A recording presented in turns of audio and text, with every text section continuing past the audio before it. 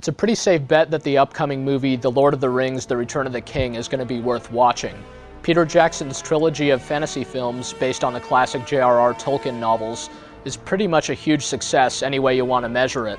Since these movies were all filmed back-to-back, from the third installment we can pretty much expect the same high level of quality, the same dramatic performances, the same sorts of incredible fight sequences, and all that that we've come to really enjoy from the previous two movies.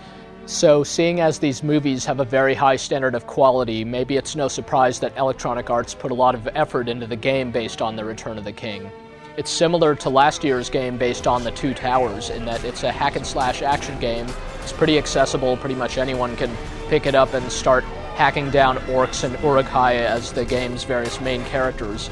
But the game packs in some really spectacular levels. It really captures the frenetic pacing and the intensity of these movies' fight sequences, and makes you really feel as though you're one of these characters and in the middle of these huge wars.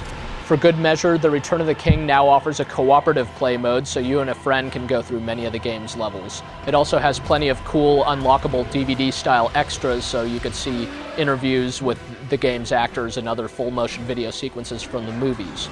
All in all, The Return of the King is certainly a great action game in its own right, and it's an excellent supplement to the films.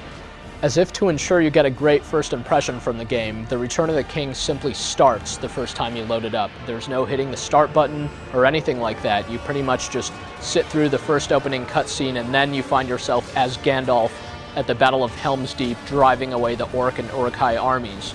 It's a pretty exciting first sequence of the game, and even though you can't lose it, the sheer intensity of all that's going on, the sheer volume of things you'll see happening all around you is pretty indicative of all the subsequent levels in the game, which are certainly a lot more challenging.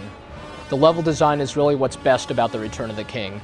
Pretty much every single level is jam-packed with enemies. You'll be fighting down so many of these bad guys, going through so many really intense sequences that you'll pretty much feel overwhelmed pretty much constantly. Things are just going from bad to worse in all the levels. Many of them are timed, many of them require you to defend certain other characters, things like that. Pretty much you'll always have your hands full. So while the game isn't particularly long, it's just jam-packed with stuff to do. The core gameplay is basically the same as that of The Two Towers. Once again, you can execute fast slashes, fierce slashes, physical attacks for knocking down enemies, killing moves for stabbing them to death when they're on the ground, and ranged attacks for hitting enemies from afar. You gain experience points as you defeat foes, and in between levels you can spend those experience points on new combos and other abilities for your characters. One nice aspect of The Return of the King is that it rewards you for taking down your foes cleanly and efficiently. Basically, the more you hit your enemies and the less you get hit yourself, the more experience points you gain for each kill, and subsequently you can gain more abilities faster.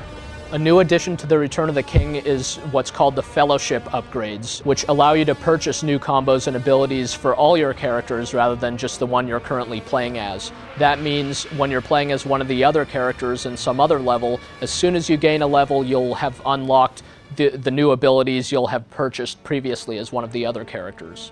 The gameplay is pretty straightforward. Even though you can play as everyone ranging from Gandalf to Frodo to Aragorn, the game really doesn't differentiate these characters very much. Each one basically has a similar lineup of moves, and although their combos might vary slightly in effectiveness, you'll still be able to use all the same tactics and combos no matter who you're playing.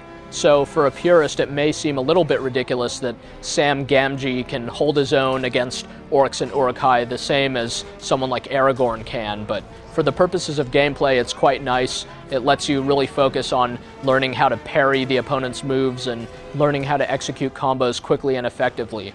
The whole presentation of the game is really what's most impressive about it. The game successfully captures the look and feel of the movies, not only with its graphics, but with its audio as well. The sound of battle is just spot on, and even though there's no graphic violence or blood in this game, much like in the movies, the fighting still has a pretty solid feel to it, just from the hard-hitting sound effects. The Return of the King, like the Two Towers before it, isn't a long game, though there's some replay value to be found in the cooperative mode and also from the fact that you could go back and replay the levels you've passed previously as any of the game's characters. There are also, as mentioned, the unlockable extras and unlockable levels and characters and things like that, so overall the game's a good value, and it's certainly very impressive the first time through. It's easily recommended to any fan of the movies, and it's just a great action game in its own right.